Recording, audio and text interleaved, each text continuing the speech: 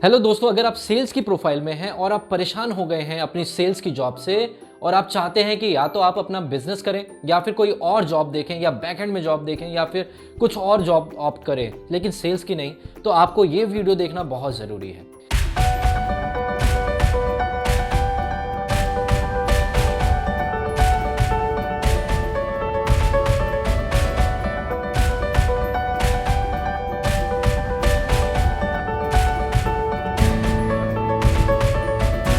दोस्तों, आपको सबसे पहले ये समझना होगा कि सभी लोग आज की डेट में रेवेन्यू जनरेट करते हैं, कोई अपने लिए, कोई कंपनी के लिए, कोई गवर्नमेंट के लिए। सभी सेक्टर्स, चाहे वो एजुकेशन सेक्टर हो, हॉस्पिटल सेक्टर हो, चाहे टूरिज्म सेक्टर हो, चाहे गवर्नमेंट सेक्टर हो, everybody is generating a revenue for their sector. अगर आप सेल्स पर्सन होकर कंपनी के लिए रेवेन्यू जनरेट कर रहे हैं तो आप भी कुछ नया नहीं कर रहे, बट आपको सोच का दायरा बदलना है। दोस्तों, नॉर्मली हम आए दिन सुनते हैं सेल्स की प्रोफाइल में कि आपके टारगेट अचीव नहीं हो रहे, टारगेट दो, टारगेट दो, टारगेट दो।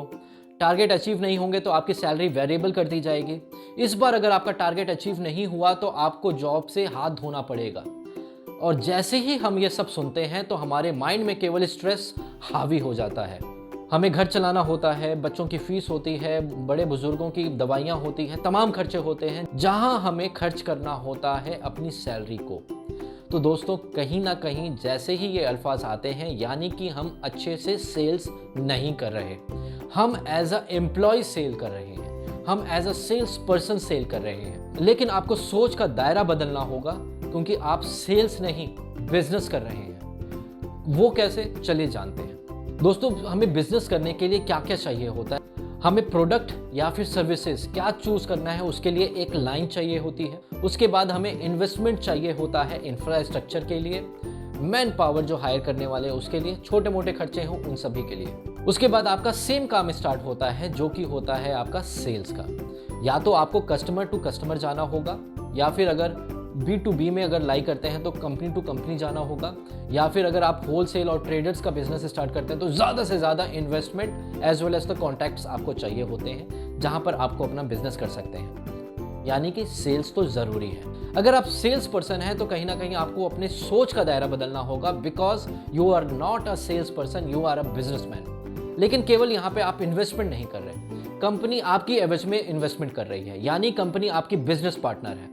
कंपनी उसकी एवज में आपको सैलरी दे रही है और सैलरी के अलावा आपको इंसेंटिव कमाने का भी मौका दे रही है। यानी कि कंपनी आपको बिजनेस पार्टनर की तरह ट्रीट कर रही है, बट आप अपने आप को सेल्स पर्सन की तरह देख रहे हैं।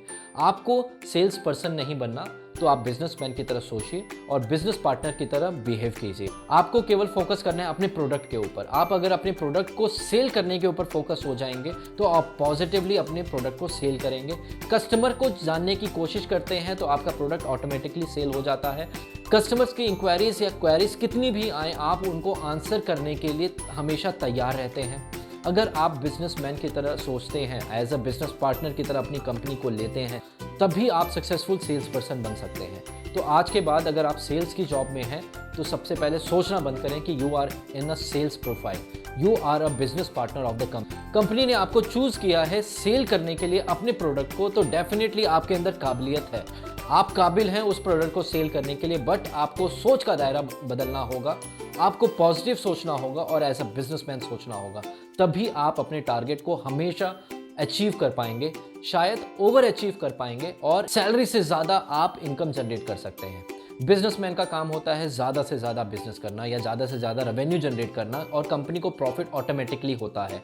और जब कंपनी प्रॉफिट कमाती है तो वो आपके साथ भी शेयर करती है, चाहे वो कुछ पैकेजेस देकर, इंसेंटिव्स देकर, या टूर और ट्रैवल के लिए या पार्टीज़ के लिए आपको ले जाकर। तो आपको केवल फोकस करना है अपनी रेवेन्यू को ज़्यादा से ज़्यादा जनरेट करने का।